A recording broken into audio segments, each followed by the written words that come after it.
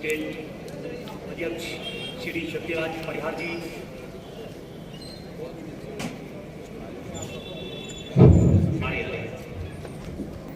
श्री दिलीप सिंह जी, जिला के अध्यक्ष श्री कमला शर्मा जी, जिन्होंने बीजेपी की एक लंबी लड़ाई लड़ी, कन्वीनियर, स्टेट कन्वीनियर श्री बसंत राज ठाकुर जी, को कन्वीनियर श्री नरेंद्र रघवाल जी और मंच पे पधारे हुए अन्य भारतीय जनता पार्टी के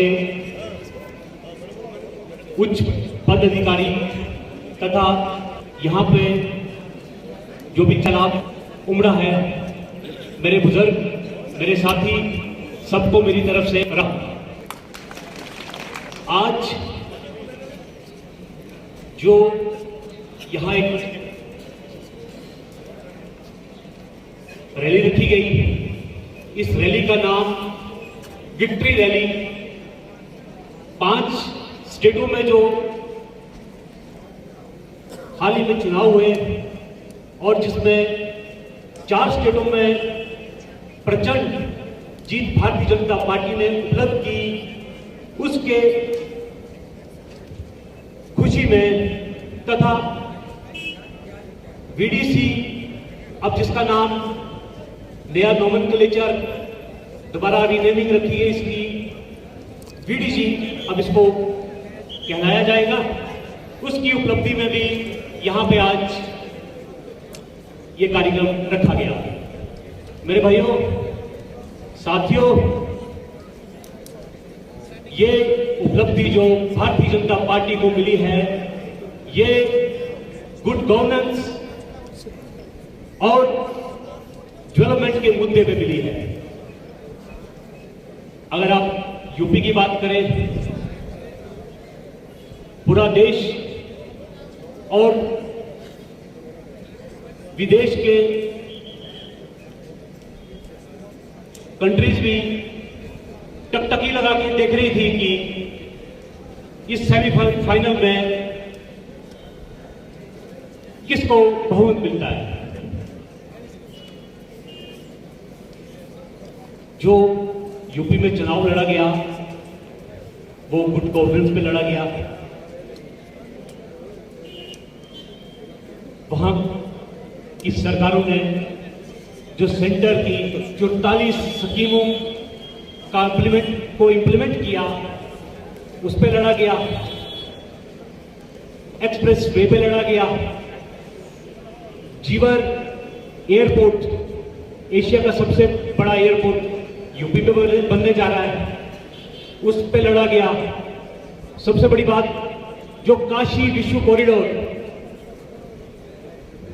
मोदी रहे न रहे, योगी रहे न रहे, लेकिन 1000 साल तक उन लोगों को याद किया जाएगा, काशी विश्वनाथ कॉरिडोर।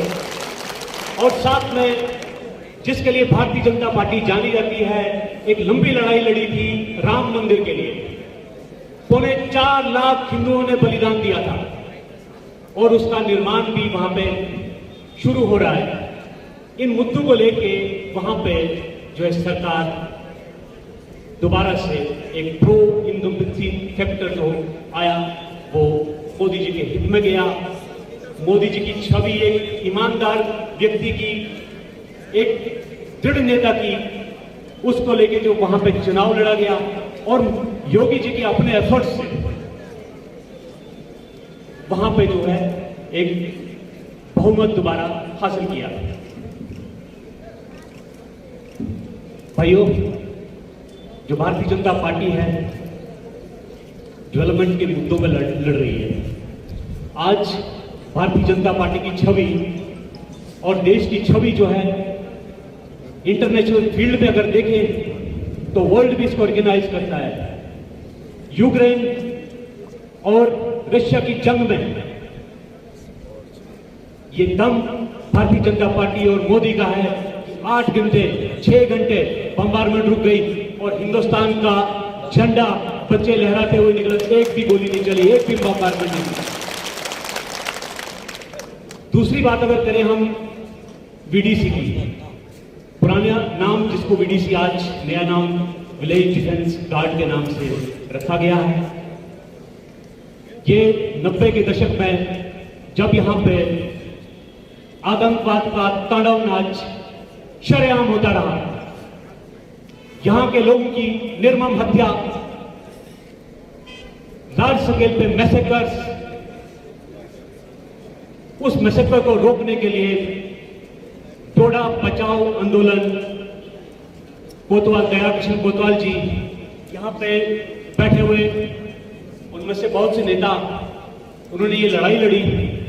माननीय दयाकृष्ण सॉरी ये क्या कहते हैं, आडवाणी जी, अटल बिहारी वाजपेयी जी, ये एक बहुत बड़ी लड़ाई लड़के यहाँ पे वीडीसी 94, 95, 96 में जो है यहाँ वीडीसी का गठन किया।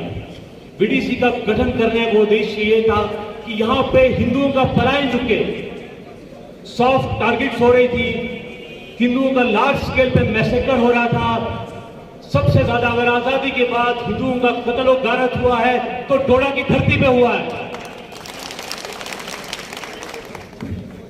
मैं कहता हूं अगर उस दौर में जाएं तो बच्ची को भी नहीं छोड़ा है, औरत को भी नहीं छोड़ा है, पॉलिटिकल लीडर को भी नहीं छोड़ा है, और जो रिलीजियस लीडर थे उनका भी सफाया कर दिया था यहां से।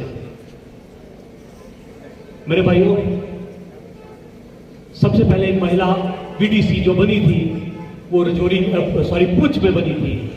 पुंछ में उसका गठन महिला वीडीसी जो है, जब वहां पे बच्चों को भी मौत के घाट उतारा, औरतों को भी मौत के घाट उतारा, तो उनके पास लास्ट अल्टरनेट बना कि अब हथियार उठाना ही पड़ेगा। और हमारी स्टेट में अगर सबसे पहले जो वीडीसी वो मे बी रियासी बगन गांव में उसका गठन हुआ था, और डोडा की वीडीसी ने भी बहुत लंबी लड़ाई लड़ी है।